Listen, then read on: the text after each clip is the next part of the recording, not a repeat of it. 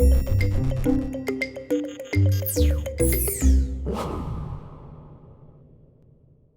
and welcome to this series of public policy discussions. I'm joined by Ajit Rangnekar, Dean of the Indian School of Business. Ajit, thank you very much for speaking with us. Pleasure. So before I move on to the more challenging questions, you've been Dean for 7 years, with the ISB for 13 years. If you were to go back, would you join as a student or as a Dean?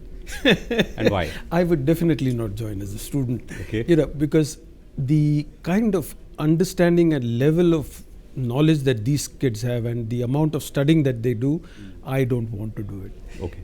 They're really seriously into studying. They're also into partying, which I can't do. Yeah, right. I have to say. Okay. So let me ask you the less challenging questions. What are the 3 or 4 key areas that we face as a challenge when it comes to economic growth as a country? I think the first one to me is the current logjam in the, and I think that is certainly something that all of us as a nation, we are trying to find some excuse to create a noise rather than to look at the national priorities. And I think that is the cause of great worry, because it also sends a very, very wrong message all over the world, right? We pick up something, then all the world talks about. Recently I read somebody where one lady was saying that she said she was from India and she was said, oh, that's where all the rapes happen. Yes, rapes happen in India and we must stop them. But India is not only about rapes. And now this whole intolerance thing, right?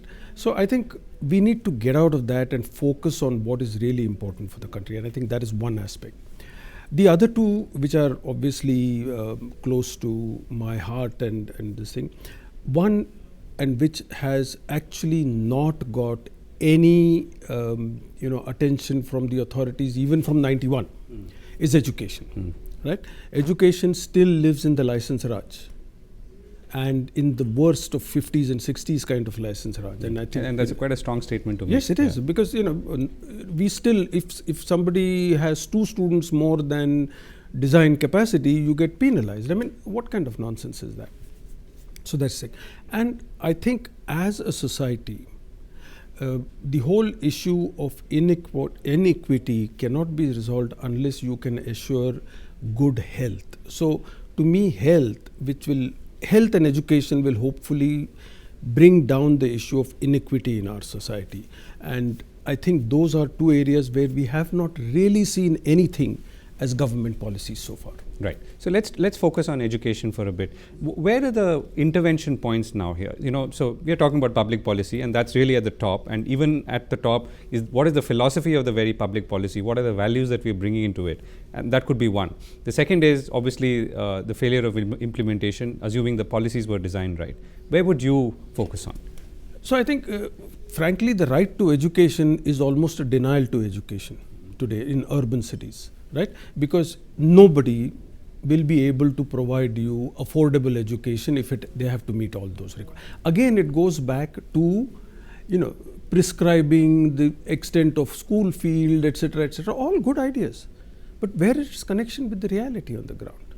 So what would you rather do, that people stay ignorant, or at least they get something which is in a reasonably good environment?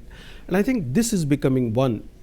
My favorite, to be honest with you, is that I'm willing to pay double the education cess that I pay, but just allow me to put it where I think it's going to work. So if you allow people in the community to say, take 50% of the education cess, you give to the government. The remaining 50%, I can put in a school, poor school, and you can define that school in any which way, which will probably be in my neighborhood where probably the poor people from my locality go. I would take a personal interest in that then. I would then want to do it. So I think, implementation is bad, but the starting policies in many cases at the undergrad level are bad. At the postgraduate level, we heard today that, you got thousands and thousands of schools. And yet, and take AICTE, right? 2005, actually I think the number is 3,000 plus, but nobody seems to know, which is a bad enough start. Of B schools. Of B schools. And of those which are not under AICTE are the ones which are doing much better. Right? The IIMs are not under there, we are not so under those that are not under government administration or assessment for that matter. Yeah. So again, if you look at the entire criteria, they are all control oriented. Whereas if we now got AACSB, we are now applying to EFMD, they are all growth and improvement oriented. So where is that growth and improvement oriented focus? Where is that focus that let's be partners in doing growth?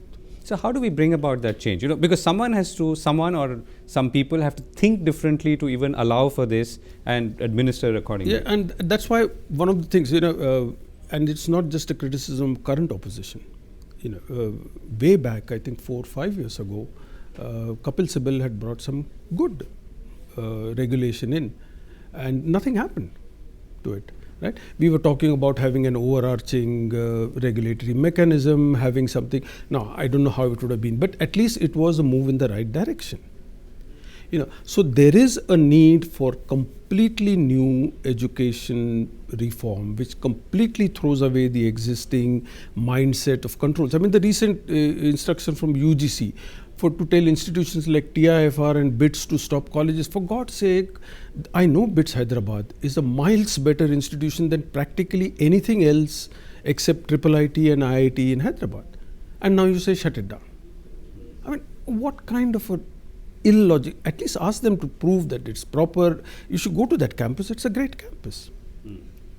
And yet, there is this completely ridiculous mindset, it's not to these things. Therefore, TIFR has started something in Hyderabad. Matter of pride to us as people of Hyderabad.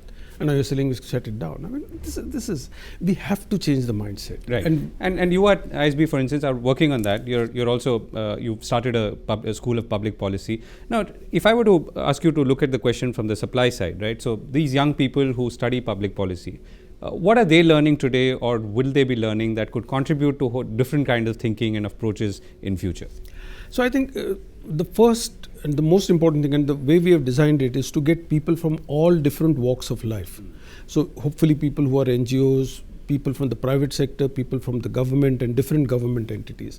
So you begin to understand each other. And one of the things I think Bikram Mehta probably made it today is that, unless we all talk to each other and design a policy or understand what the issues are. For example, there is a new education policy being formed, and none of us have even been asked. And we say, I hope that policy is right, but why should we get into that adversarial position, right? So I think the big thing to me is that if we can have, first a better understanding of who are all the people, what are their requirements, how do we make that happen, I think then we have we are treating these students entirely to take a holistic look. For example, we do a course which is called Government Society Business. So the same issues, we take 9 case studies. One is the classic telecom, which was mentioned. Second is the coal. Okay. So from a government point of view, more revenue. From a society's point of view, low cost. From the industry's point of view, reasonable profit. How do you match these conflicting things? And I think that has to be the essence of what they learn, that you have to continuously bring these 3 opposing banks into something that is workable. And I think that to an extent, plus it's also broadening their mind. You may be in the private sector, but you better understand about national security. You better understand what WTO is. You better understand what the climate deal is. So I think it's those 2 things that they will hopefully be equipped with. And the third, which we in this country give very little value to, is to have your network in all these things, so that when in the future you say, I know I can go in and say, hey, Govind, what happened? How would you have looked at this? What is your perspective on this? Which just influences me to think in a broader spectrum. Right. And that's a good note to end on. Thank you so much, Ajit. Thank you. To us. Thank you so much. All the best. Thank you.